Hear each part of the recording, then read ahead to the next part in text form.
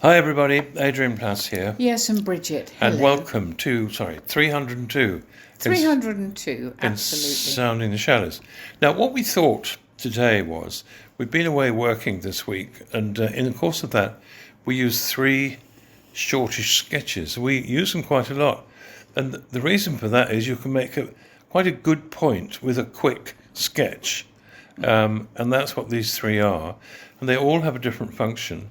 And the first one features the great King Solomon from the Old Testament, the wise king, and his servant.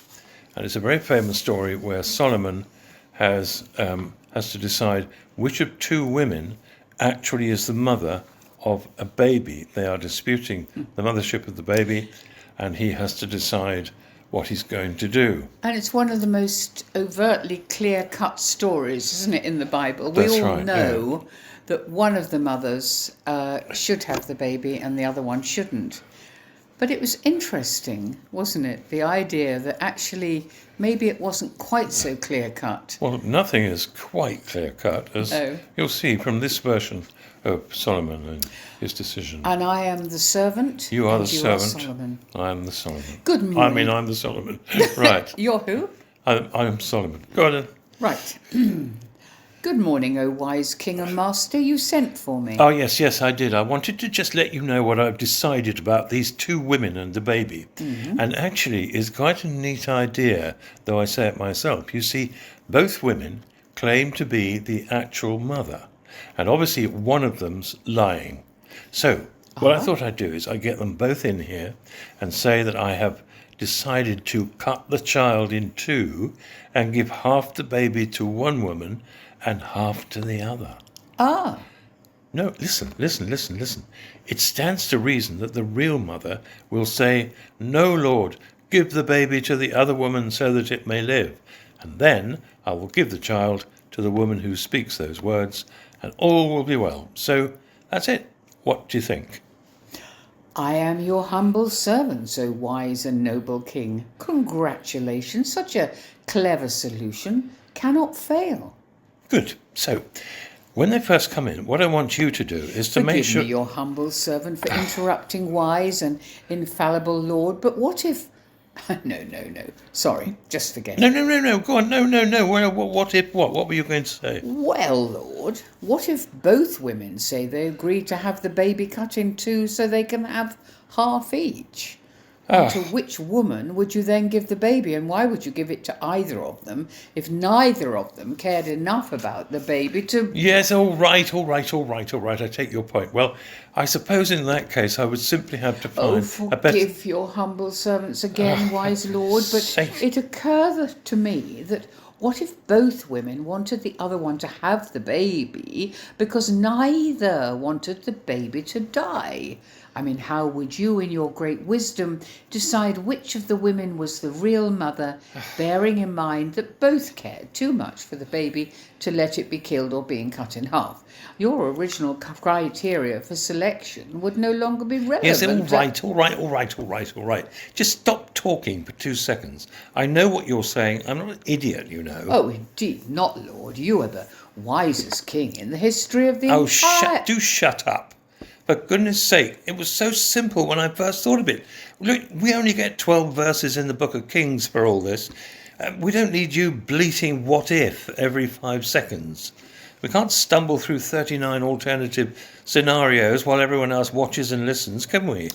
Well, no, but I have an out-of-the-box thought, wise and mighty Lord. What if... Can I just warn you about something?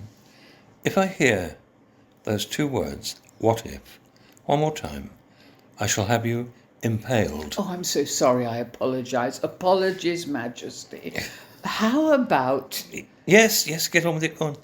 How about the two women get married and share the baby? Two women get married? Are you mad? It is never going to happen in the future history of the world. Share a baby? I may not be as wise as I thought, but I'm not stupid. You're fired, idiot.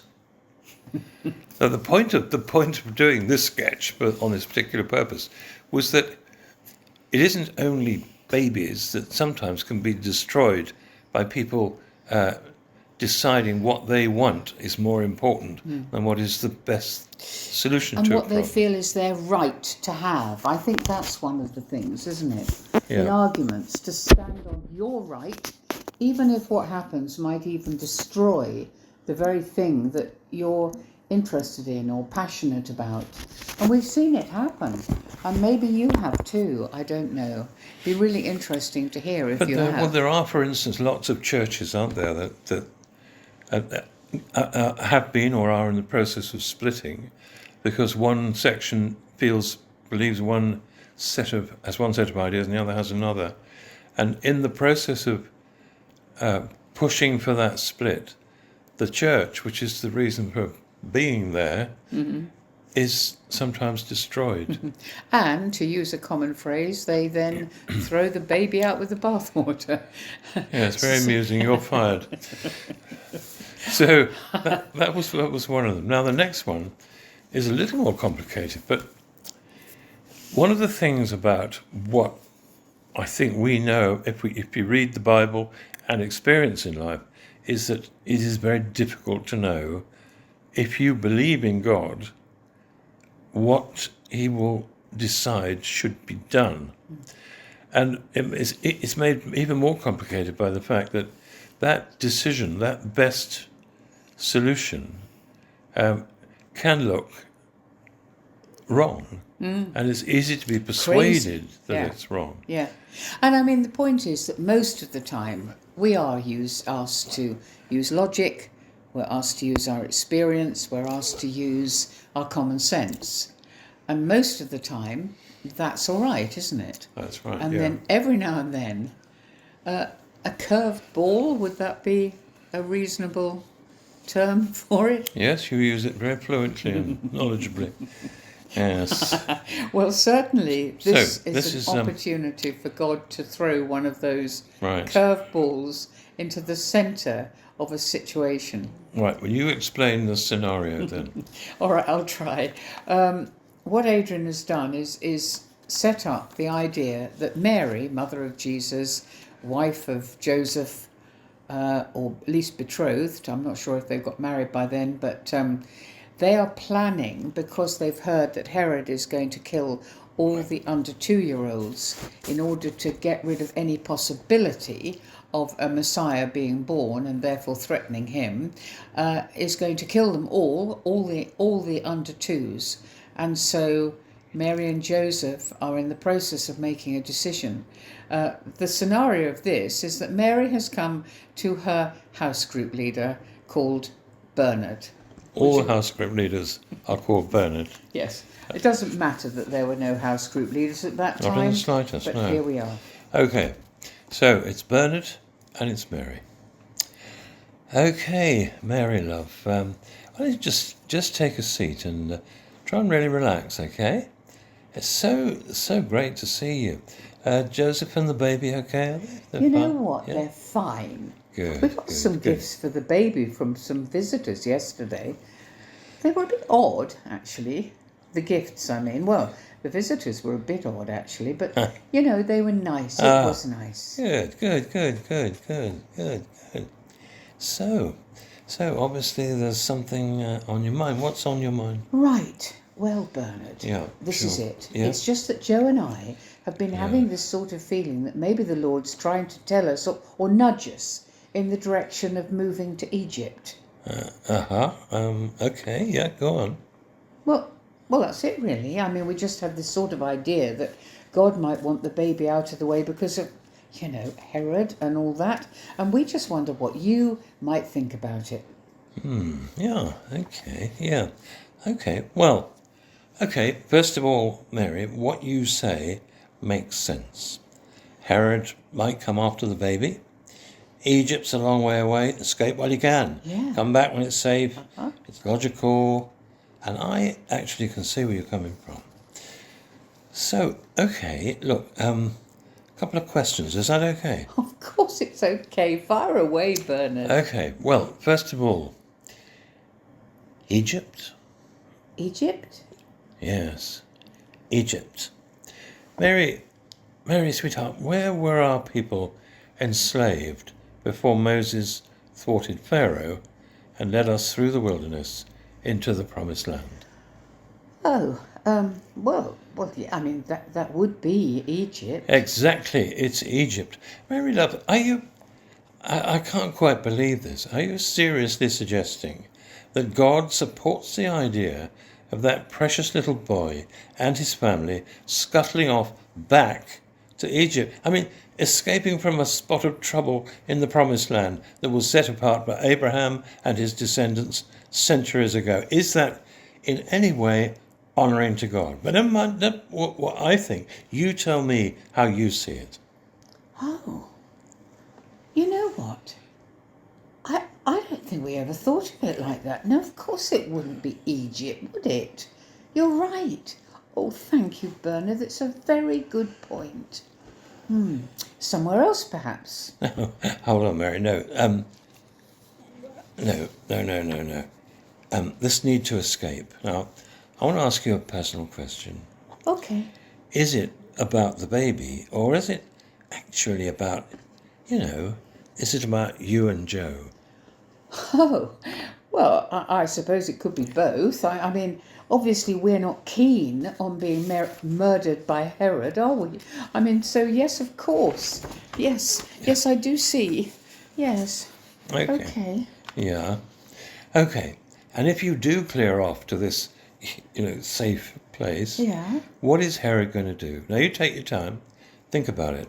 What is this so-called king of ours likely to do? Okay.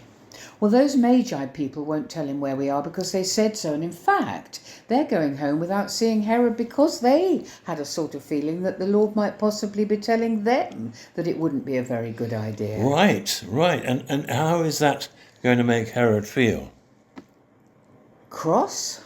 Very cross, furious. He will be seething. And as I think you know, Mary, the next item on his appalling agenda will be the murder of just about every male child in Bethlehem, or at any rate, all those under round about the age of 2. He is like that. That's his way. Am I right or am I wrong? Well, you're right. I mean, of course you are. You're so right. Mary, let me ask you a serious question. Do you honestly think that a loving, powerful God is going to let these innocent children be killed so that you can hide in a safe corner? Does that sound like the God we worship? Does it? No, Myrna, it doesn't, no. Mary, you believe that our God is a God of miracles, don't you? Oh, yes. Well, I know he is a God of miracles. Okay, well, here's a suggestion, but it's up to you. It's up to you. Take the baby to Herod. Declare he's the Son of God. Mary, do you believe that the Creator of the universe can protect you and his precious Son in that situation? Do you and Joe have the faith and the courage to rely on his power instead of running away and risking the lives of others? Yes, of course. That's exactly what we're going to do. Bernard, you have helped me to see things so clearly. I'm going home to tell Joe what you've said, and I know he'll agree. Oh my goodness, thank goodness I came round. Gosh, the future of the whole world might depend on this one decision. And when I think, Bernard, of how close we came to getting it wrong. It sends a bit of a shiver down your spine. Well, it does a bit, really, because it also throws up those questions. And there are always questions about God. There are always questions about how bad things happen, to innocent people. How and why God doesn't prevent some things happening that are so hard to understand. But the fact remains that every now and then his plan is never really going to be understood by us immediately. But what did happen was that Jesus was kept safe. He did go to Egypt. He came back. He grew up with a mum and a dad, Mary and Joseph, and then went on to be everything that he was. But the questions are valid, aren't they? I mean, always. Actually, why would he allow Exactly. innocent children to be killed? Exactly. Why not use a major miracle? Why not do? But it is one of those things, I guess, that either you accept those anomalies or you don't. Yes. I know that's a harsh way of looking at it, but I can't, because my experience over the last 40 years is that I simply do not know what is planned in the background. I don't know how it operates. I don't know why it operates, and I probably won't know this side of whatever. But that's where it's at. And that's the sort of thing that can put you off altogether. Yeah, absolutely. But actually, yeah. sometimes you just have to put things on a shelf, don't you, that you don't understand, and look at what else there is to look at. And when you come to Jesus grown up, then there's a lot to look at. But I don't know. I think the questions can still sit there until we get to be able to ask them. Well, they really. certainly sit with me. But I must say, one of the things that we have tried to say to people is don't not ask the questions. Don't. I think we've said this before. Don't let God off. But be ready to not understand. I know it sounds like a cop-out. But I mean, it's interesting, isn't it, that we go to places where there are huge decisions having to be made, and sometimes logic, experience, all these things are enough. But sometimes God will have another plan. It's as simple as that. I mean, I was thinking of when, King David was a boy, and if you remember, Eli was chosen to go and point him out, and God had told him that he would to select him as the next king. Yeah. If you remember, Eli went. There was a lineup of the sons, and they all looked perfect for the job, but God didn't tell Eli one of them is the right one, and he said, "Have you got another one?" And they said, "Yes, he's out there in the fields. He's only a lad." He's only a lad, and when he's brought in, Eli knows from God that this is him, and it's David, and David's going to be the next king. So I think unless we allow God to get a word in edgeways in everything that we do, and we only rely on common sense and logic. Yeah. But that's a challenge for people, and it's a challenge for me sometimes. Yeah, I got a lot on my shelf. So only one more we're going to do. This one is very different. It's more about the way things. Well, I know it was like in the old church, but one of the real evil things in church life is undoubtedly gossip and judgment of others. Yes, and we've all done it. I mean, that's the Oh truth yes, of it. of course. Yeah, and let's just dismiss the idea that some of us have healed ourselves of being judgmental, because we haven't. Everybody judges people. It's how you deal with it. And it's also facing just how destructive it is, just how much it can just cause so much grief and crack something in half. Yeah. And So hurt. here's a couple of people discussing this very subject. So, what did you think of yesterday's talk? The judgment thing, you mean? Yeah. Do not judge, or you too will be judged. Very Yeah. timely, I thought. Oh, so true. I mean, let's face it, you and I know all about this, don't we? Because there's someone in our house group who just does exactly that, what Jesus is talking about. Ah, you mean... No, I don't want to actually mention the name. I'll just say it begins with Z. Right. And we're talking about someone who's got a significant role in the second-tier leadership in our church. All the more surprising, really, wouldn't you agree? Well, I'm afraid I'd have to agree with that. I mean, the truth is the truth. Z is constantly judging others. And, I don't know, just being negative. Yeah, and what can we do? I mean, I've tried speaking to Stanley. That's the protocol. I mean, after all, he is our group leader. He's supposed to be our group leader. I'm sorry. Poor old Stan is no more able to confront now than he ever was. When you consider, what's her name, Eve Thingy, who may or may not be a believer, has got away with something pretty close to what... Pretty close to heresy. Pretty close to heresy. Yeah. That's right. Yeah, For a whole absolutely. year. Yeah. since she glued herself to us, it's clear not an awful lot's going to be expected in that court. I mean, the pity of it is that Zed's critical attitude and Stanley's weakness. I know what you're going to say.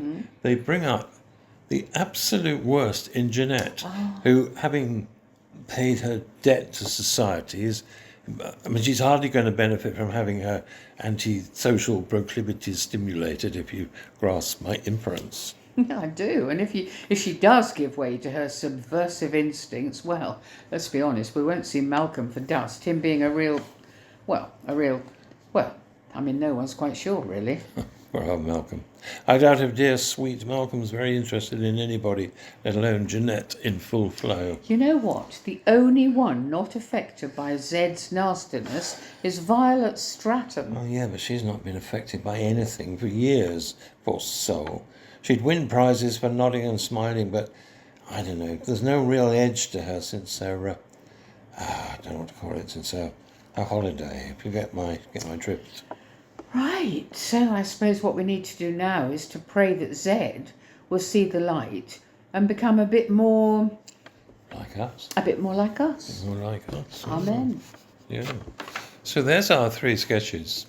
And we have a lot of... They're all about the same length, because they're part of the reason for that is it's very convenient to have something short enough to make a point quickly and to move on to something else. And that's, but on the whole, over the years, it's worked quite well. So, anything that's affected any of you in any of them, we'd love to hear, as always. And if there is nothing, I shall be very, very surprised.